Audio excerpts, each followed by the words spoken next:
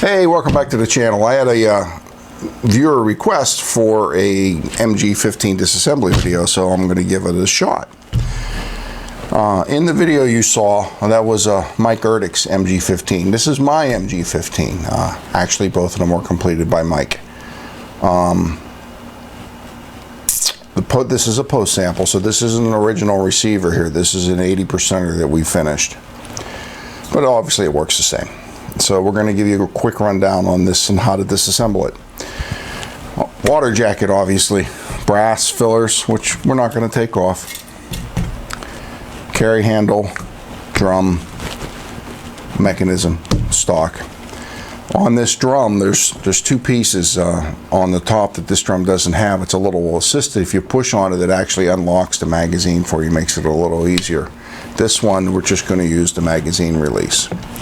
So here we have it, and what we'll do is we're going to splice in some close-ups so you understand what I'm talking about. Basically, you pull the catch back, out comes the drum. Obviously, you want to make sure the gun's empty, which it is. And from this point forward, we're just going to come in close and take a look at it. All right, first thing we're going to do is, it's not actually necessary, but it just makes it a lot easier. For those that don't know, the mg15 was an aircraft gun converted to ground fire. So in the aircraft, it didn't have a buttstock. So this just literally slides as a cup, and this one actually has a little leather piece on the buttstock. Not all of them have it. This lever pushes up. It takes the tension off this little cap here. I'm going to lift this up. Off comes your buttstock. Now we're going to span up the weapon a little bit. It's going to be hard to see. Right here is the safety. This little lever is the safety. And the gun is on fire. We're going to rotate to a different angle and give you a better position. Alright, we move the camera around to give you a little better view of some of the things on the gun. First, this is your safety selector switch, which I was talking about. It's actually just a safety that this gun fires in full auto only. There's no semi and full. This is the magazine catch, charging handle. Real quickly, you saw me undo the magazine. I'm going to stick the magazine back in it. Hang on a second. This piece is your magazine catch. What's nice about this is if you push this over, it goes down into a slot, and this won't move.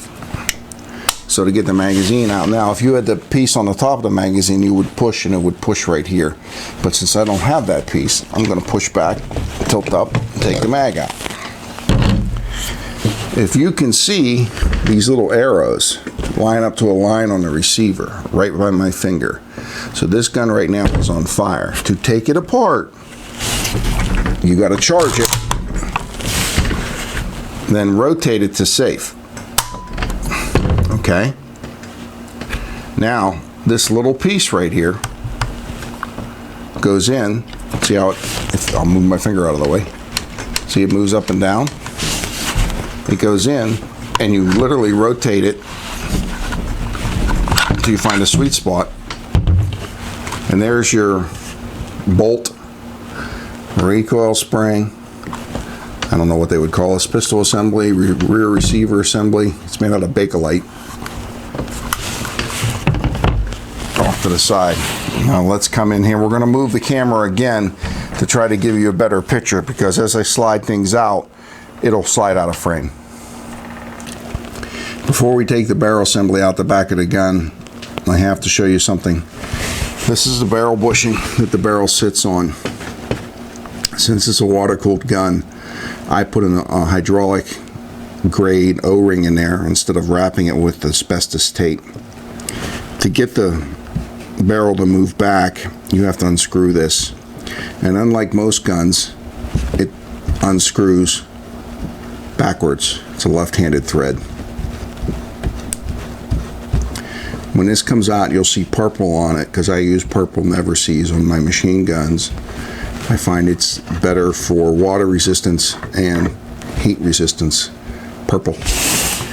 Okay, now what we're going to do is we're going to move everything around, and I'm going to push the barrel with the carrier out the back of the gun. All right, got the gun sideways. We've got the booster off, or the barrel bushing off. I'm going to start pushing on the barrel with my hand. Right here is the ejector. The ejector needs to be lifted up to allow the carrier to come back past it after a certain point. So I'm going to leave it down for a second until I can get the carrier to start to move. And then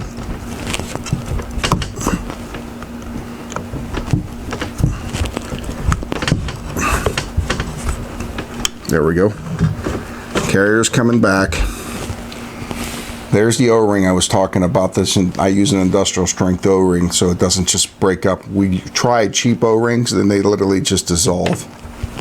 Holding the ejector up, and you can't stick your finger in here. You use these little tabs and you pull. Now, for me, for some reason, I just got to wiggle a little bit, and the whole thing comes out the back. Now, as you can see, purple anti-seize, that's plumber's tape. Because if you put an O-ring on there, it sits up high enough, and since I use an industrial strength O-ring, which is very hard, it will not slide into the gun. Now, the last thing to take apart is to separate the barrel from the carrier. A little button right here runs that lever. All right, I said push this button in. You push the button in, it unlocks the barrel from the carrier, and it rotates and has an interrupted thread, and the gun is field stripped. It's a very simple gun mechanically. As next to the mg15 is probably the simplest German gun I ever had to take apart. We'll show you how to take the back part assembly apart, and then we're done. All right, earlier you saw me spin this out from the receiver. As you can see, the safety's still unsafe. In order to get the firing, the bolt to come forward, you have to put the gun on fire. And then what I do, and I'm sure this is probably not in the German manual, but since the spring is pretty heavy, I press it against the table, squeeze, and let it come out. So there's your assembly. Here's your recoil spring. Here's your firing pin. And this has what's nice about the 15 and some of the other designs is if the firing pin breaks, you can literally just take it out and replace it. And your bolt carrier. Bolt, recoil spring, firing pin, I don't know what they would call this, striker, firing pin assembly. Gun's completely apart. Hope that's what my person asked for. See you again.